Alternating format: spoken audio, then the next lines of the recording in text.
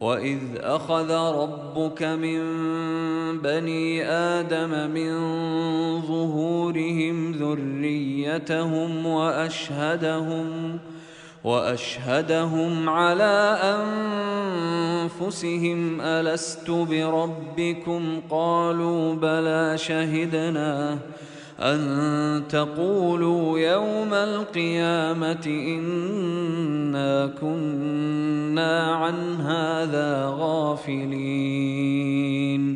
اور جب آپ کے رب نے بنی آدم کی اولاد کو ان کی پیٹھوں سے نکالا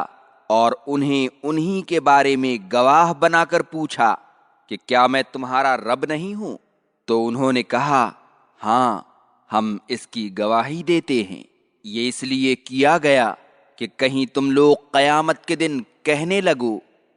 کہ ہمیں تو ان باتوں کی قطعی کوئی خبر ہی نہیں تھی۔ مذکورہ آیت کے اختتام پر موسیٰ علیہ السلام اور بنی اسرائیل کے واقعات کا تسلسل ختم ہو جاتا ہے، اور اب روئے سخن عام انسانوں اور بالخصوص نبی کریم صلی اللہ علیہ وسلم کے زمانے کے لوگوں کی طرف ہے، اور انہیں بتایا جا رہا ہے کہ اللہ تعالیٰ نے صرف بنی اسرائیل سے ہی عہد نہیں لیا تھا، بلکہ یہ عہد تو اس نے ہر فرد بشر سے لیا ہوا ہے، جس کی تفصیل آئندہ آیت میں آ رہی ہے۔ آیت کا ظاہری مفہوم یہ ہے کہ اللہ تعالیٰ نے بنی آدم کی تمام اولاد کو جو قیامت تک پیدا ہوگی ازل میں ان کے آبا کی پیٹھوں سے نکالا اور ان سے اس بات کی گواہی لی کہ وہی ان کا رب اور ان کا خالق و مالک ہے۔ شوکانی نے اسی رائے کو ترجیح دی ہے اور کہا ہے کہ صحیح مرفوع اور موقوف احادیث سے اسی کی تائید ہوتی ہے۔ ایک دوسری رائے یہ ہے کہ اللہ نے روحوں کو جسموں سے پہلے پیدا کیا اور شہادت انہی روحوں نے دی۔ کچھ دوسرے مفسرین نے اس کا معنی یہ بیان کیا ہے کہ اللہ نے ازل میں ان سب کو اکٹھا نہیں کیا تھا، بلکہ ابن آدم کی تخلیق اس بات کی گواہی دیتی ہے کہ ان کا خالق اللہ ہے۔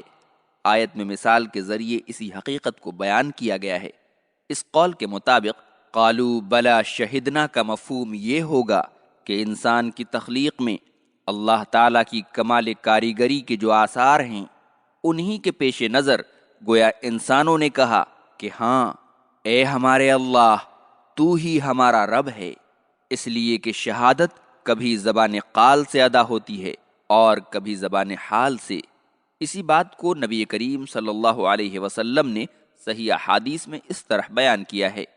کہ اللہ تعالیٰ نے انسانوں کو پیدا ہی ایسا کیا ہے کہ ان کی فطرت اس بات کی گواہی دے رہی ہے کہ ان کا خالق اللہ ہے اور اس کے علاوہ کوئی عبادت کے لائق نہیں ہے۔ ان کی فطرت میں یہ بات ودیعت کر دی گئی ہے کہ وہ پکار پکار کر کہہ رہے ہیں اے اللہ، تو ہی ہمارا رب ہے، ہم اس بات کی گواہی دیتے ہیں اور قیامت کے دن بھی وہ اس کا انکار نہیں کر سکیں گے۔ حافظ ابن کثیر نے تقریباً اسی رائے کو ترجیح دی ہے اور کہا ہے کہ سلف و خلف میں سے ایک جماعت کا یہی کہنا ہے کہ بنی آدم کی ذریت کو گواہ بنانے کا مفہوم یہ ہے کہ اللہ نے ان کو اپنی توحید کی فطرت پر پیدا کیا ہے،